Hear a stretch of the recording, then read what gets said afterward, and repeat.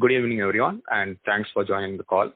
On behalf of Batlivala and Karani Securities, we welcome you all to Nippon Life India Asset Management Limited 1Q FY21 post-results conference call. I would now request ED and CEO, Mr. Sandeep Shikha, to start the call with his opening remarks on the results, post which we can start the Q&A session. Over to you, sir. Thanks a lot. Good evening and welcome to our Q1 FY21 earnings conference call. Hope all of you are safe and healthy. We have with us Prateek Jain, Chief Financial Officer, Saugata Chatterjee, Co-Chief Business Officer Distribution, Ashwin Duggal, Co-Chief Business Officer Institutional Business, Arpan Saha, Chief Digital Officer, and Fuji Take-san, nominee of Nippon Life, who's on the call presently from Tokyo. The first 6 months of the year have been unprecedented in a lot of ways. Equity markets were at an all-time high in January and February, and the economic outlook was strong.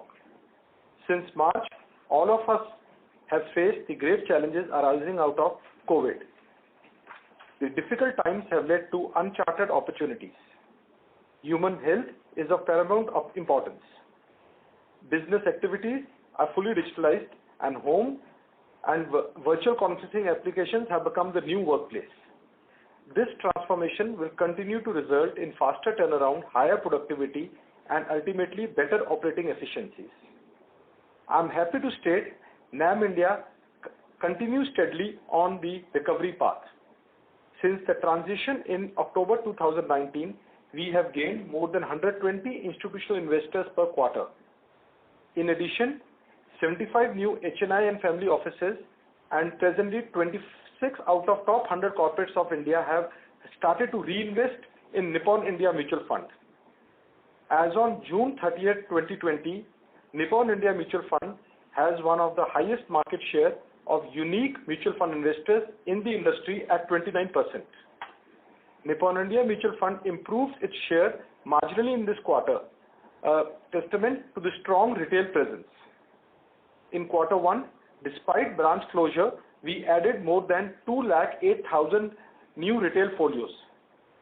We continue to have one of the largest retail AUMs in the industry at rupees 460 billion. And the contribution of retail AUM to total AUM is amongst the highest in the industry at 24% compared to 19% for the industry. Our aim is to increase the base of retail investors, especially from B30 locations. We continue to be amongst the leaders in beyond top 30 cities category.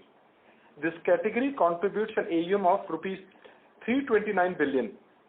Over 17% of the total assets are sourced from these locations against an industry average of 15.4%.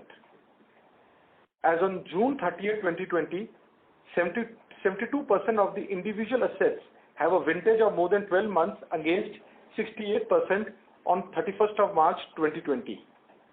Our SIP and STP folios increased to 3.4 million as on June 2020 in an addition of 244,000.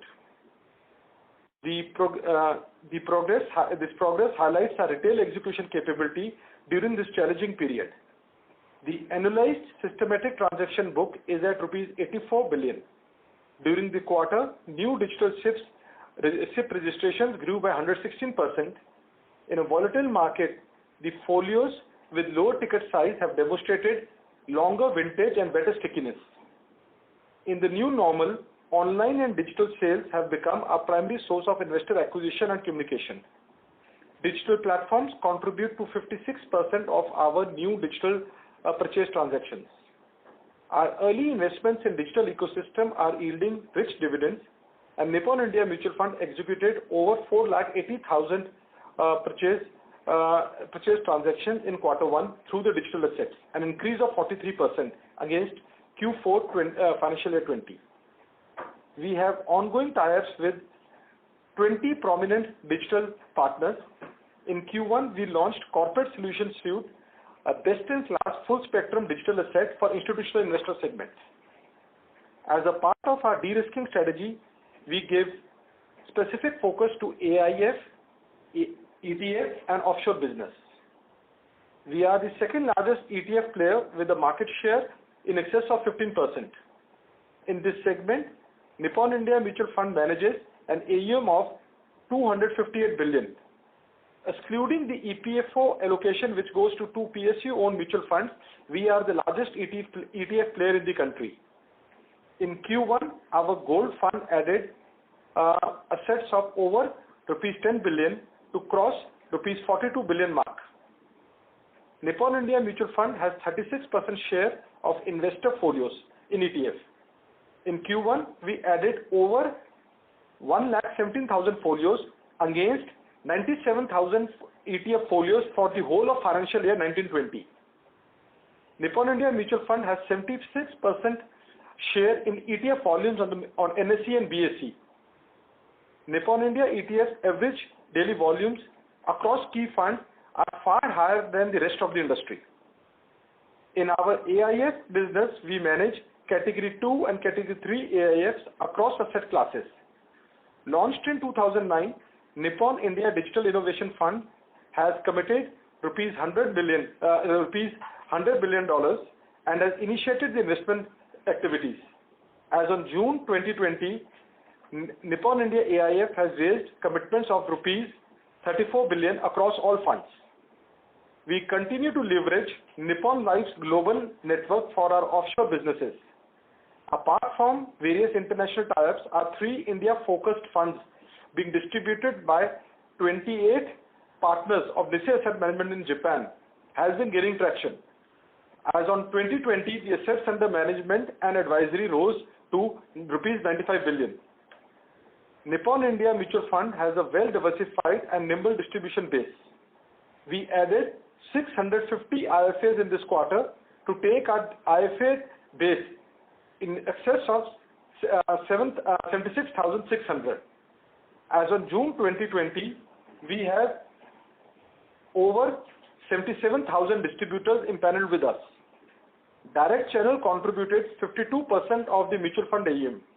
Of the distributed AUMs, the share of IFAs was 55% and 76% of the distributed assets have been contributed by individual investors. Now, on our mutual fund assets under management. As on June 30, 2020, AUM grew by 15% to rupees 1,881 billion over March 2020, in line with the industry. Owing to the COVID-19 crisis and the subsequent fall in the equity markets in the month of March, industry as well as NIF and Nippon India Mutual Fund began Q1 at a much lower base than the quarterly average of Q4 FY19, primarily due to equity assets.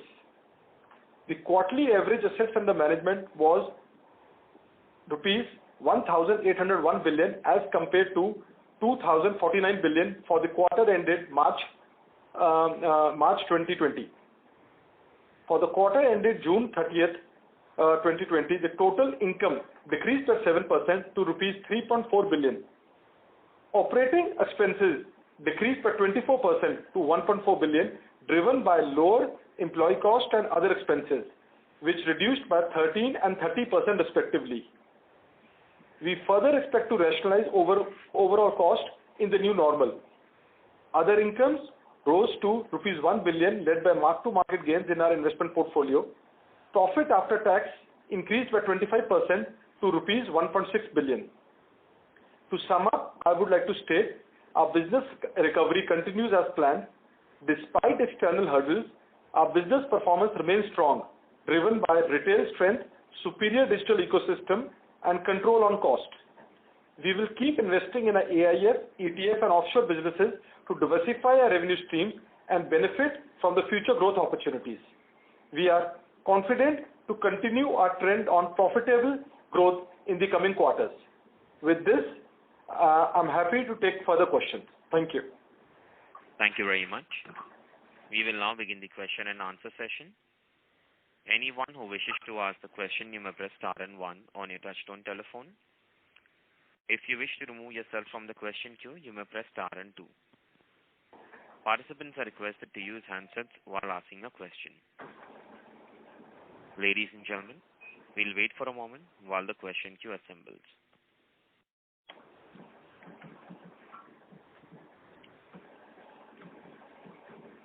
First question is from the line of Amit Nanavati from Nomura.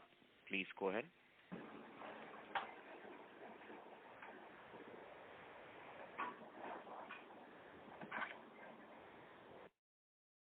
Amit, may I request you to unmute your line from your side and go ahead with your question?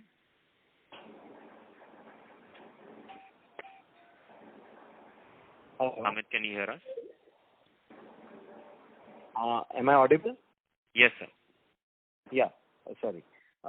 So just wanted to check on the OpEx line, right? So if I'm trying to adjust, so I'm looking at more the overhead expenses and knocking off the brokerage line item, which is a trading line item, right? So if I look at that line, sequentially 50 crores kind of overhead cost in 4Q has increased to around 56 crores. So just wanted to check on, what levers you have or what's a more sustainable OpEx overhead trends that you can or one can expect in this year, given the fall in the markets wherever you need to kind of cut down on. So I'll request Prateek to take this question. Yeah, so Amit, if you see sequentially, correspondingly on the corresponding quarter, the expenses are down by about 24%. And in terms of the other expenses also, the expenses are down from 62 odd crores to about 43 odd crores. These on the other expense side, while from a employee benefit cost, it is down from about 82 odd crores to 72 odd crores. However, sequentially it is higher because what we have done is we have, in the last quarter, we have on the PLI provision, we have one-time reversal, and hence the expenses are marginally higher because the current employee expenses are based on the run rate and does not include the one-time reversal as it was in the previous quarter. No, employee expense I fairly understand. I think it's more like a 5% lower run rate that you're looking at YOY basis on an average cost of 76 crores to 72 crores now. Most of what I was focusing was on the overheads part where which areas you have more levers to cut down on, given that post ER cuts we had cut down on a fair bit of expenses across the board. So do you see further levers which you can use to kind of manage your EBITDA for the rest of the quarter? Amit, again, I think the way we see, I think during this almost 4 months of lockdown, I think what we are seeing in the new normal, how we operate is changing. So the kind of travel, the events, a lot of other things that we used to do, clearly I think I don't see those expenses coming back again in the short term. So I think and also I think with the kind of increase in digital business that we are seeing, the cost of operating, the cost of movement of paper, everything comes down. So I think clearly, I think we will see some more operating leverage coming in.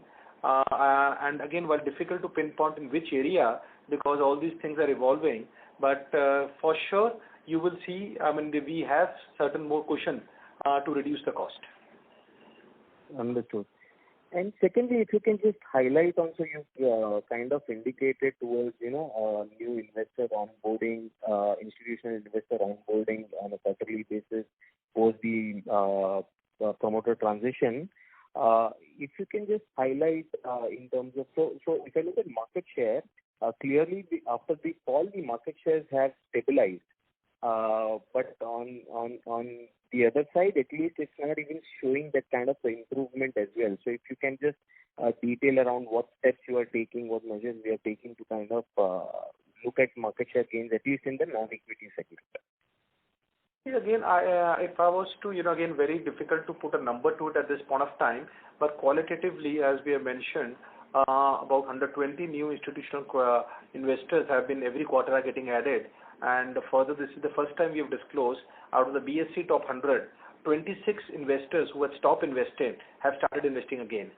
Now, this quarter is not the right quarter to look at because this is a very this is not a normal. A lot of things have changed. So similarly, I think a lot of family offices which were not investing or had stopped investing, the kind of traction that we have seen, I think we have not seen in the last 3 to 4 years. So I think things seem to be positive, and I think I clearly expect. I remember my first call after the transition. I had mentioned, we expect the recovery to be first. It will be in corporates, HNIs, and I think it's going as per the plan. Understood, sir. That's it from my side. Thank you. Thank you very much.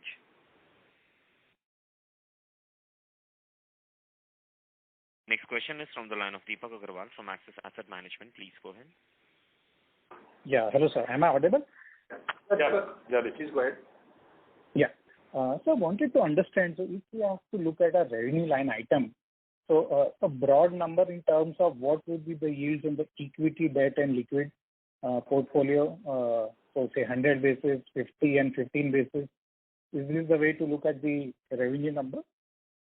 See, while we have not been disclosing the exact realization, the overall realization remains the same, about 46 basis point, on as compared to 47 basis point last quarter.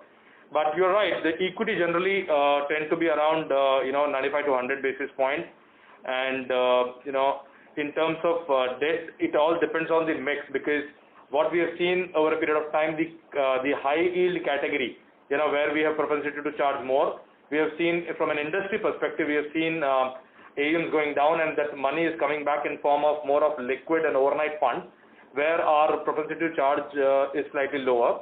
So it all depends on the mix in case of debt funds.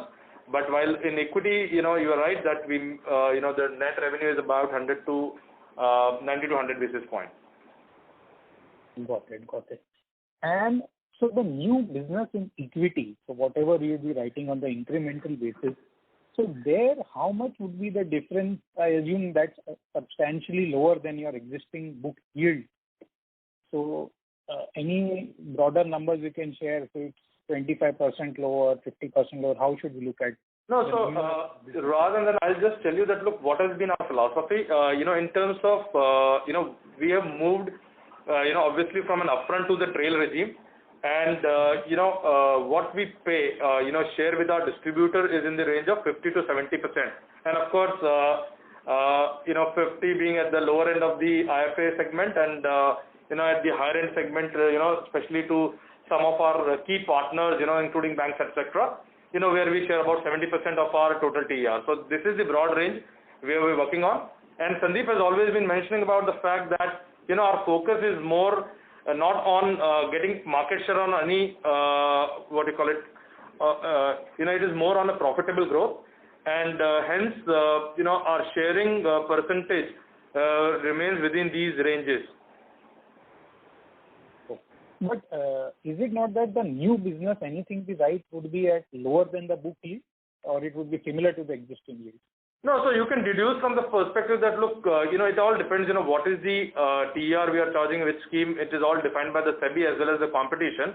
What we are saying is that currently we charge, whatever we charge, we share 50 to 70% of that to the distributor. In the past, since we had given upfront brokerages, hence historically trail rates were lower at that point of time. Mm-hmm. And also it depends on the quality of distribution. If it's a fragmented distribution, sales are no distributor for us is more than 5%, and I think it's spread in small cities and towns. That also on a cumulative basis adds a little bit to our profitability or increases our share. Got it. And so just a last thing, do we share that equity products would contribute how much of our overall revenues? I believe one of your larger competitors does share that data. So do we share that? Yeah, so see, our high yielding assets, account for about 70 to 75% of our fees. Oh, 70% of our overall fees. Yes. Thank you so much. Thank you very much. Anyone who wishes to ask a question, you may press star and one. Next question is from the line of Shubhranshu Mishra from BOB Capital Markets. Please go ahead. Hi, sir. Thank you for the opportunity. Some of my questions have been answered. I just want to understand, taking the cue from Amit's question, are there any more levers which are remaining with us for OPEX rationalization?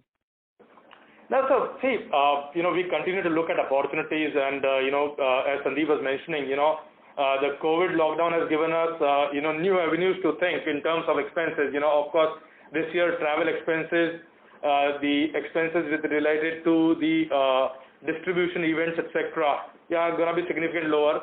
Also, most of our, expenses towards stationery and all, like for example, new offices. Earlier we had intended to open close to about 500 odd branches. Now, from a new normal perspective, we can operate these branches from home itself. So obviously, these are few things which are evolving, and as things evolve, we will look at opportunities to improve our further operating efficiencies. Right. So how do I model for expenses in terms for the entire year versus FY20? If I have to model for it, a ballpark number or a ballpark percentage would be very helpful. So this is more of a representative numbers, if you look at it this quarter, and we can build in some kind of further efficiencies, marginally. But on a long-term sustainable basis, obviously, we are looking at the new models which are evolving in terms of, co-location, in terms of, whether do we need 100% of our people to have a, seat, or, we can work with 70% efficiencies, in terms of office spaces, etc. So obviously, over a period of time, new expenses will evolve, but at this point of time, you can take more or less with marginal plus minus here, these are the representative expenses. So we can, so it would be a fair assumption to analyze the first quarter number. Is that the correct assumption? Yeah. Right. And in terms of our AUM, we have had an increase of roughly 130 billion. So how much of this is from the flows and how much of it is from the MTM? Sorry, I could not get your question once again. Sorry, please. Right. So we've had an increase in the end of period AUM of roughly 130 billion rupees. So how much of it is from the MTM, mark to market, and how much is it from the flows? So June flow, industry flows itself was, almost 4 months low. So obviously, predominantly it is because of the mark to market impact. Okay. And I've got two more questions, sir. One is that why do we have such a low contribution from the banks in terms of our AUM, given the fact that most of our schemes have more than 3 years of vintage. So that is the prime criteria of the banks to have the mutual funds impaneled. And we are a fairly old brand, and why is it that they contribute only like 20-30% of our AUM distribution, while IFAs contribute such a high percentage? Or am I thinking that too much? If you can clarify. So let me clarify. I think it's not the banks are low, it's the IFAs are high. And I think we take it the other way around. I think today, to build up an IFA franchise in small cities and towns gives us a very, very strong advantage. So at no point of time it should be seen the banks are low, because today every bank, public sector, private sector, or foreign bank, I think we are impaneled and I think are selling our products. It's just because we're using percentage, the IFAs are much more than the banks for us. Right. And it's always, I think, as you're aware, the IFA business model is much more difficult to replicate. Correct. That's true, sir. And have there been any SIP reclassification? Yes, we have. If you see the numbers, I think they have been reclassified based on the new AMFI thing. And if you see in our presentation, we have reclassified, and also for the last 4 quarters, and I think I have presented the data. Sure. Thank you, sir. I'll come back in the queue for any further questions. Thank you very much. Next question is from the line of Ashish Sharma from Enam Asset Management. Please go ahead. Yeah, hi. Thanks for the opportunity. First of all, congratulations on good for the numbers, sir. So just on the other income part, is there an on the MTM we had taken on Q4 any adjustment of that, or is it a normalized other income for Q1? No, obviously, if you recollect that we have mentioned in the last call, we had almost about 12% of our financial assets into equity and ETFs as part of our seed capital and comfort capital into these investment class. We have not any additional allocation to these assets, but into our own schemes. However, because market has rebounded from the March low, if you see the last quarter, our total revenue was declined because of the same M2M impact. This year, the other income is higher because of the mark-to-market positive impact on these equity and ETF schemes. Okay. So the net reversal on MTM would how much would that be, sir, for this quarter? No, so overall, if you see, we have booked about 99 crores of income as against 125 crores of loss last quarter. Okay. So, but as you mentioned in the Q4 call that in minus 125 there was this MTM impact of 152 crores. So should we assume that most of the MTM losses are already sort of adjusted in Q1 itself? I mean, no, actually, if you see, this is actually as on date of June 30th. So since June 30th also, the markets have run up. So obviously some part of it will, likely to come in the July quarter if the market remains the same levels.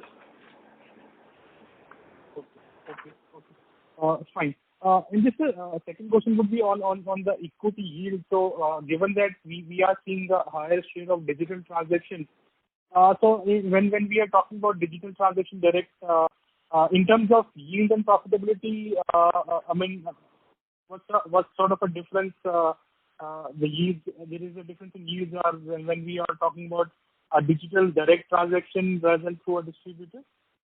No, so if you see the net revenue of a AMC, whether the money comes in a direct or in a regular scheme, almost is the same, except for the certain transaction costs which you save. So, digital transaction, because digital transactions, you don't incur those physical costs of processing those transactions. Otherwise, the net revenue, net TER charge as management fees is the same across both regular and direct assets.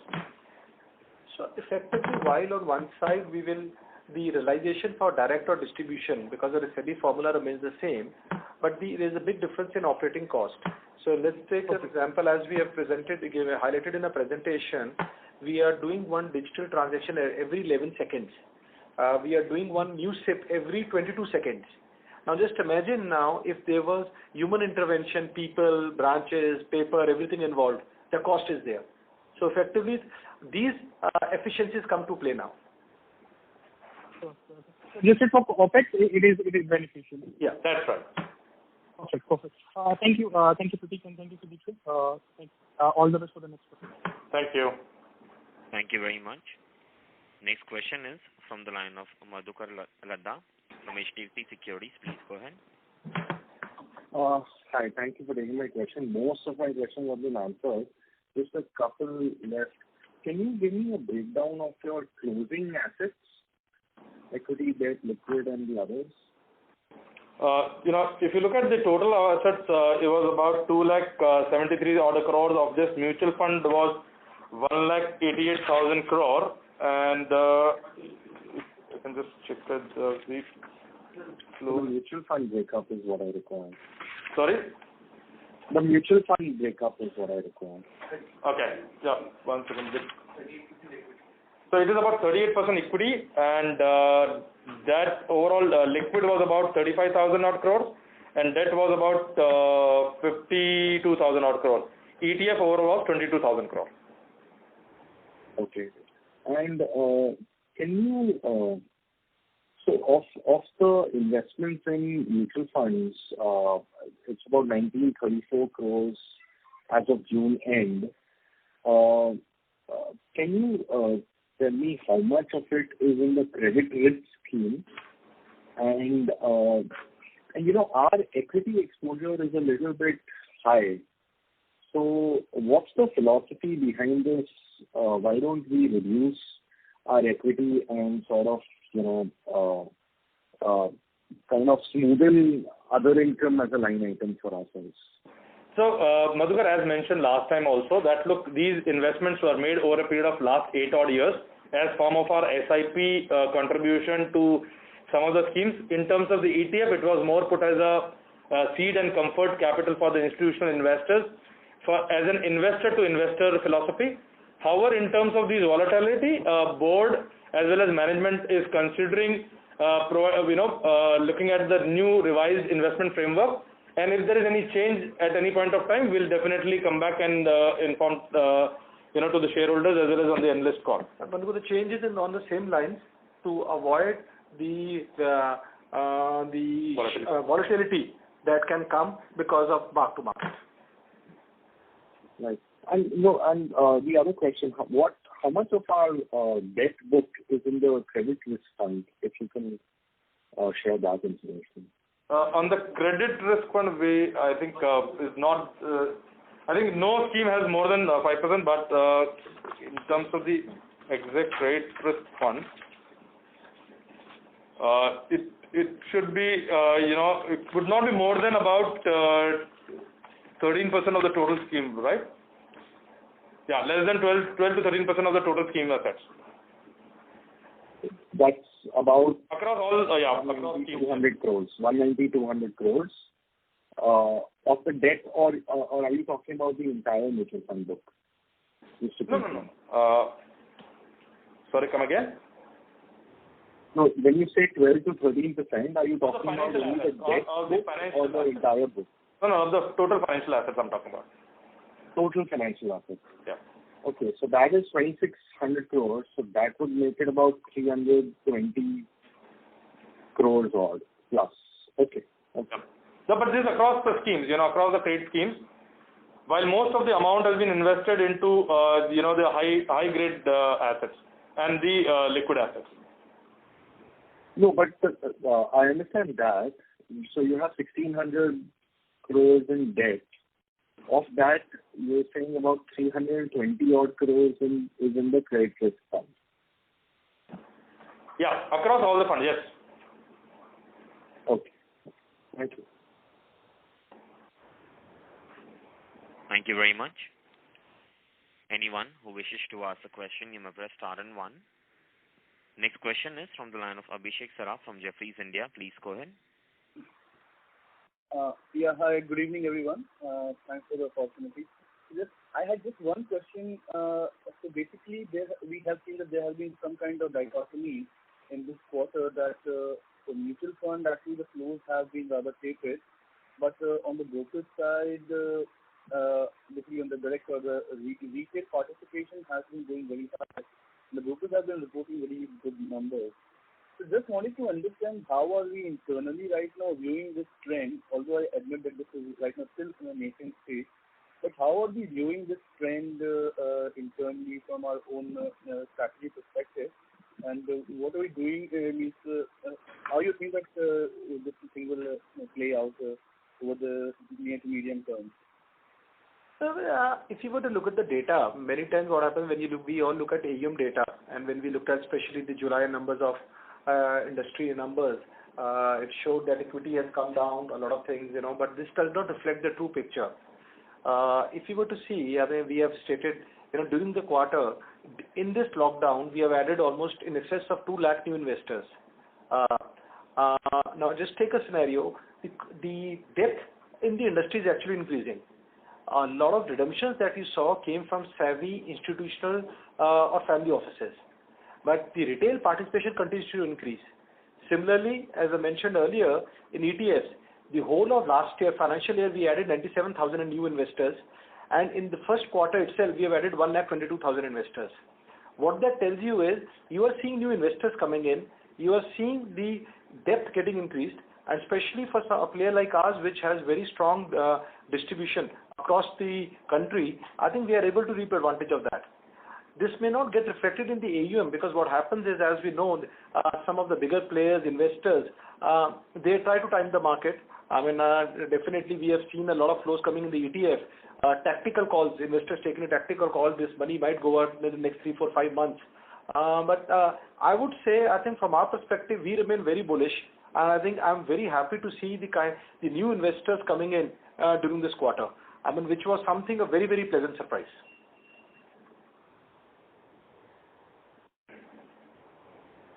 Okay, thanks for the answer. And because on credit funds, so if you can just give some color on how the flows have happened, how they stand out for credit funds as such. I think from our perspective, I mentioned in the last call also, I think our credit fund has been almost I think we have it's flat for the last quarter after one certain industry events which happened. Because we had to be fair, we had lost a lot of AUM in the preceding 12 months. So in the last 4 to 5 months, we've been almost flat. I think we have not seen neither much flows, neither further redemptions. The only thing I think I like to also add to it, I think as mentioned in the last quarterly earnings call, as the last time the board had taken a decision, going forward as a company, we will, as a mutual fund, we will not be investing in any security below AA. So that's something, so it will be a more conservative approach going forward. Sure. Thanks a lot. Thank you very much. Next question is from the line of Alpesh Mehta from Motilal Oswal. Please go ahead. Hi, good evening. Am I audible? Yeah. Alpesh, go ahead. Yeah, hi. Yeah. The first question is on the yields part. When I look at the AUM mix on a sequential basis, I'm talking about the quarterly average AUM. The mix has obviously has moved more towards the low yielding assets. But when we compute the basis points in terms of yield, the drop has not been that sharp. Any specific reason? Have you changed some commission rates for the distributors? Anything related to that? No, so if you see, obviously the realization, from that perspective on the debt side, which has already happened in the last quarter itself, predominantly. So, while it may not have reflected completely in the average AUM, but it has already happened. And well, in terms of the, other part is you're right that, somebody had asked, in the last instance, we saw that in some cases you have increased the broker percentages, etc. So those are, tactical aspects. We keep, working on that in terms of our sharing percentage with the distributor, where we believe that we need to push, or support our sales team. I think that is what we can disclose at this point of time. Okay, just let me rephrase my question. Would the equity realization be better than the previous quarter? So, if you see that if your AUM goes down, from a SEBI regulation perspective also, your realization goes up. Okay. Yeah, so that is also one of the reasons. Yeah. Okay. Secondly, on the offshore fund, has there been any decrease into the managed assets within the offshore fund? Any specific mandate? No. Mandate has not gone down, but because of this volatility, we have seen some reduction, both due to MTM as well as for some institutional investors would have redeemed. Okay. And can you just help me out with this change in the definition from the entry side on the SIP book, and what would be the SIP book contribution to our overall AUM if you have that number? Just 1 second.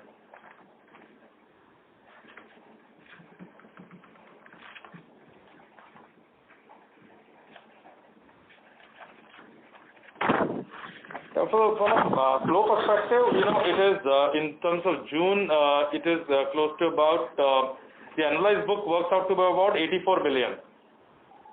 Yeah, but what has been the change from the entry side, because we have also restated the previous quarter numbers. So if in the fourth quarter our March month number was 8.1 billion, which has come down to 7.2 billion, what has been the change from the entry side? I think earlier it was SIPs registered. I think now it's been, it's more to do with, the money hitting the bank account. So there's been a industry-wide reclassification which has happened. So that's why you see the numbers have been changed, because there were a lot of SIPs which were there, while they continued to be registered. But I think even if, assuming the installment did not come in that month, it was still counted. So I think that this is actually money hitting the bank account. So we have also given the pause facility. We have given the pause facility on these things, and therefore now what we are showing is the actual amount hitting into the bank accounts. So effectively, our SIP average ticket size is around 2,200 rupees, which used to be around 2,600 under the earlier reporting. Yes. Okay. And just a last data keeping question: what would be the IFA sourced AUM?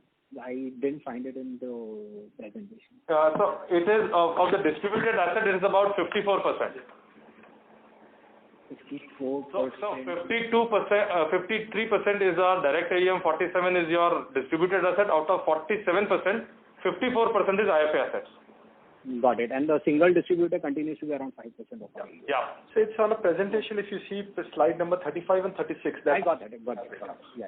I'm sorry. Okay. Thank you and all the best, sir. Thank you very much. Next question is from the line of Adesh Mehta from Motilal Oswal. Please go ahead. Sir, my questions have been answered. I wish you all the best. Thank you. Thank you very much. Next participant is Gaurav Jani from Centrum Broking Limited. Please go ahead. Yeah. Thank you for taking my question. Just a data keeping one. The other income that is seen a spike for the quarter, could you give a breakup between equity and debt? Because I see a slide 44, the equity portion is much lower than the debt. So how should I look at it, please? Thanks.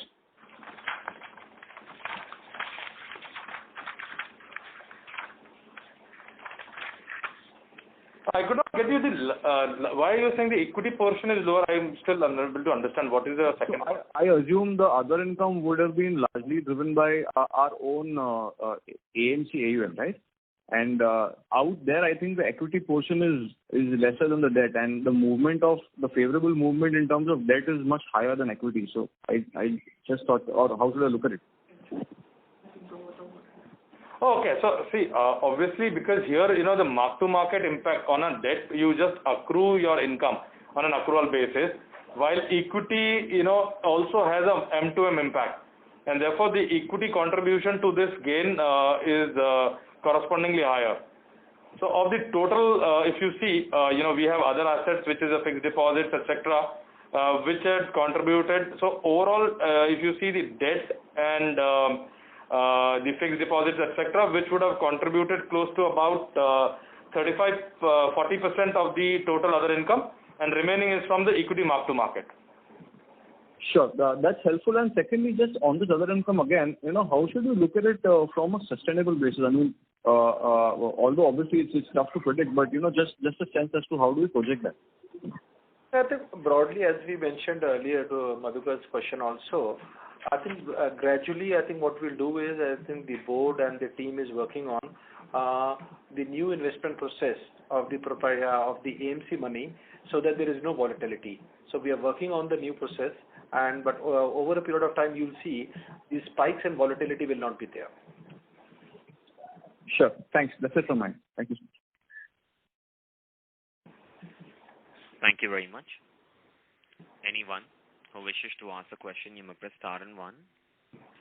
Next question is from the line of Ritvik Seth from One Up Financial. Please go ahead. Yeah. Hi, thanks for the opportunity. Again, my question is on the other income. So we have approximately 2,500 crores of cash north of that. So what is the kind of realized other income that we could do per annum? I think that is what everyone is trying to understand. So see, on a sustainable basis, the 12 to 13% which we have in equity, okay, I leave it for your judgment. But for the rest of the assets, I think, since the yields have come down and most of them are into high-grade assets, so it should be in the range of 6 to 7% at best. Okay, 6 to 7% for about 85% of the portfolio. Even south of it, because yields are coming down, so... Right. Sure. And so going by your commentary just in the previous question, it seems that we are looking to sell off the equity portion and move towards, probably more of the fixed income to reduce the volatility. Would that be a right understanding? I think we like to avoid volatility. That's the key thing, So how we will end the portfolio is yet to be decided. But I think what we like to do is we'll try to avoid. I mean, while we can say this is one of the black swan events which happened in the last 2 or 3 weeks of March. But I think I think the learning from this is we'll try to keep it, avoid any further volatility going forward. Sure. Okay. Thank you and all the best. Thank you very much. Next participant is Sunil Shah from Total Star Portfolio Management. Please go ahead. Yeah. So I believe we have a representative from the parent also on the call. Is that the case? Yeah? We have Fujikake-san. He's in Tokyo right now. Yeah. I don't know if my English can be understood, but just a thought or a perspective which we would like to get is, Sir, when and how do we leverage on the global platform of the parent, to garner AUM for us? Because world is flush with funds and there is limited opportunities worldwide. So what are the parents thought about, the Indian investments which have been done? So could we get some understanding on that? Sure. I'll request Fujikake-san to answer that. I think the only thing I can say, as the process started, we had COVID hit us and the world came to a standstill. But there are plans for that. But I think Fujikake-san, if you could please share that. I answer to that question by the two parts. First part is the product import and export. So the Nippon Life has global network. So for example, we have 26% holdings to the TCW, which is the American asset management company based in LA, and also the stakeholders in the DWS, which is the Deutsche Bank's AMC arm. Other than that, we have a variety of the asset management network globally. So that to collaborate with those companies, we can import or export product, Indian product to the overseas, or the global product to the Indian. That is the first part. And the second part is also those kind of the global networks have a global practices in the variety of the field, such as the risk management or the governance part. And so Nippon is trying to import such a good practice from the global standard into India to strengthen our capability. Fine, sir. Thank you very much. Sir, my question would be because you just stated that some products were just started and unfortunately the COVID thing happened. Could you give us some more understanding about those products and what was the kind of size of opportunity that the Indian company was looking at? If you could give us some sense on that. So just to that, it was not products, it's some of these initiatives and projects to work closely. So just what Fujikake-san just mentioned, I think working closely with a lot of companies where Nippon Life parent has a stake. So like Fujikake-san mentioned, whether it's TCW, where Nippon is a 26% shareholder, DWS, where Nippon is the second largest shareholder after Deutsche. A lot of these, and MNC in Australia, where Nippon is 80% shareholders. A lot of things, discussions are on. So I think it's too premature for us to say. But one thing is very clear. A lot of this global money which has the potential to come into India, which earlier we could not access, we will be leveraging the network and the shareholding of Nippon Life in various companies for that. Fine.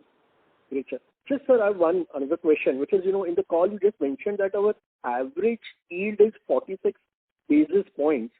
Sir, so from that we still have to shell out to our IFAs and all those distributors? Is my understanding correct on that? No, these are net realization at the AMC level.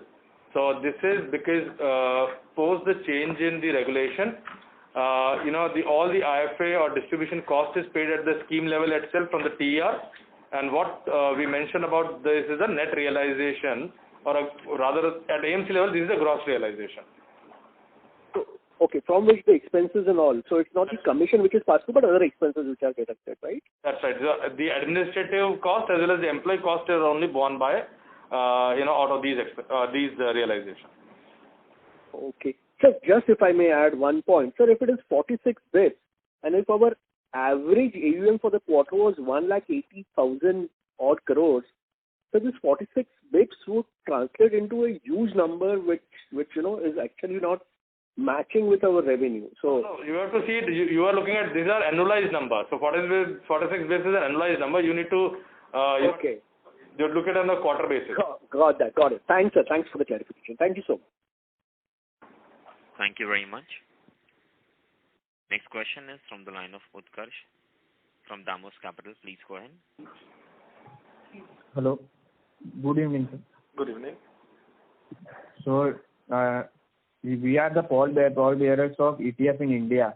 So if we see from the last 20 years, we were first to launch through benchmark. And now if we see almost 90% of the large cap active managed in large cap funds underperform the index. So going forward, if more and more ETF investment will come through ETF route, then our TER will decline, which will further decline the revenue and profitability of our company. So what are the plans to diversify that? I think broadly the way we have to see is, I think we are as an asset management company, we will keep offering different products. I think we clearly, while ETFs remain important for us, but we clearly believe both active and passive ETFs will coexist. They cater to different set of investors. There will be investors who will move towards ETF, but we have to also understand there is only 2% of the population of India which is investing in capital markets / mutual funds. So the market will keep increasing. New investors will come in active funds. It will come through SIPs. Some investors will go into ETFs. I think as far as the revenue is concerned and realization, I think we as an AMC, we clearly believe AMC is a volume game. I think two things have to be important. One is to keep increasing the volume, that is to keep increasing the AUM and to keep the expense low. I think we are working on both the things. I think we don't see ourselves predicting that whether active large cap ETFs will become the substitute to active large cap funds. But I think from our point of view, what is critical is we have both the products ready. One thing is very clear. I think within the ETFs, we believe we are in a very strong position in India, because for ETFs, two things remain very important. One is the tracking error, other one is the liquidity. I think because if there is no liquidity, the impact cost takes away the entire advantage, and taking into account today almost 80 to 90% of the volume on the stock exchange is ours, we believe we have a strong position. We're in a strong position as the ETFs grow in India. Having said that, I think, like I said, I think I don't want to take a bet that whether ETFs will overtake active or will replace active. In my view, both will coexist, and I think we need to be ready with both. Okay, sir. And how much percentage of our direct equity inflows are through our own NAM India app or website? 16%. 16. Okay, thank you. Thank you very much. A request to all the participants, please restrict to 2 questions per participant. Next question is from line of Nischint Chawathe from Kotak. Please go ahead. Hi. Sorry, I joined a little late, so just in case this is not a repetition. If I look at slide 43 and look at the breakup of operating expenses, if you could just explain what fee and commission expenses are and what comprises other expenses. Yeah, so fee and commission expenses basically, Nischint, is the erstwhile brokerage amortization which we have paid on upfront, and these are related to most of the close-ended funds. So over a period of time it is going down. In terms of other expenses, these are all other administrative costs. So if I can expect this 9 odd crore going down to maybe 0 by next year. Is that the way to think about it? No, so if you look at the standalone one, if you look at the standalone one, it used to be about 19 odd crores. It has come down to 1.76 crore. But in terms of console, you will still have some line item because of the AIF. So in AIF, we still pay some upfront, and something to do with our offshore businesses where some part of the expenses which are to do with upfront cost, which may fall into this classification. But those are not going to be very significant given the size of those operations versus our domestic mutual funds. So, okay, now when I'm looking at the quarter-on-quarter basis, 19 crore going to 9 odd crores, then that possibly means that the payout on the AIF side reduced drastically. Is that the way to think about it? So when you look at 9 crore, then you have to compare with the 25 crore. So obviously, this quarter, being an unprecedented one, obviously on the, on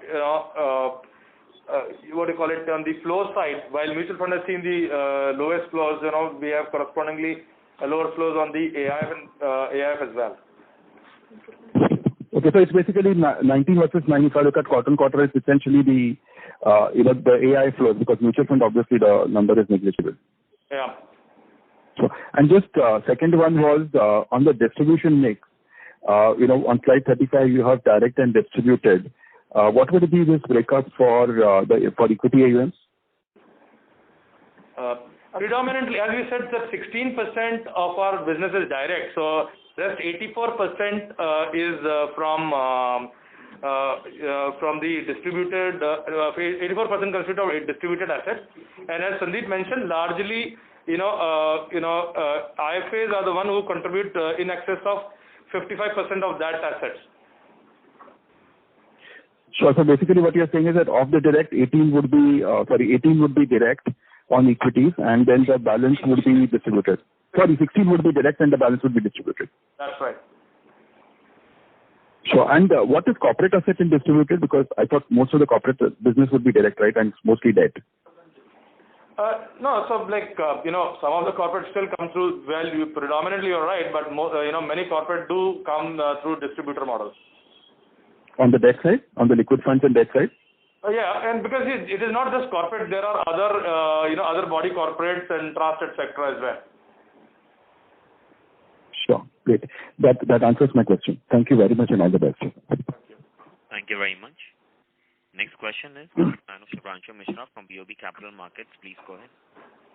Hi, thank you for the opportunity again, sir.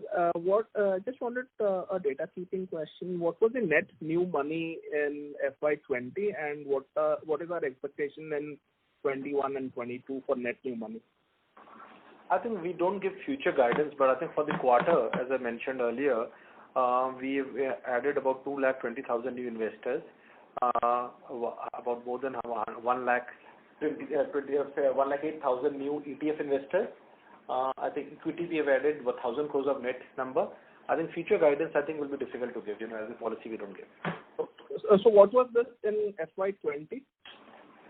FY20, as for ETFs I remember, so I'll give you that number. For FY20 ETF, the whole of year was 97,000, and the first quarter is about 120,000. And the balance, I think, in the mutual fund investors, last year for us was a negative 2 lakh folio, and this year in the first quarter we have added 2 lakh. So I think, as I started earlier, the recovery part has started very well as per the plan. So in terms of value, sir, I can still figure the value for FY20. Right now, I think we can share with you offline. Sure. And in terms of the cash or debt used in first quarter for redemptions, what would that number be, sir? For redemptions means, just I was not clear. As in, we would have some amount of cash and there could be some amount of bonds which could have been illiquid. Did we use cash or did we borrow in order to for the redemptions? So no AMC from the AMC balance sheet. Nothing. No bond has been bought or the entire investment has been disclosed. Number one. As far as the borrowing in the schemes are concerned, I think it is disclosed in the fact sheet. In one of the schemes, our total outstanding borrowing, if I remember correct, on 30th of June was in less than about 200 odd crore, please. Right. And can there be any negative surprises in the credit risk fund, or that's largely sorted out? I think you have the portfolio in front of you. I think I leave it to your judgment. I think we are very confident. I think there will not be any negative surprise. Sure. Thank you so much. Thank you. Thank you very much. Ladies and gentlemen, that will be the last question for today. On behalf of Batlivala and Karani Securities, that concludes this conference.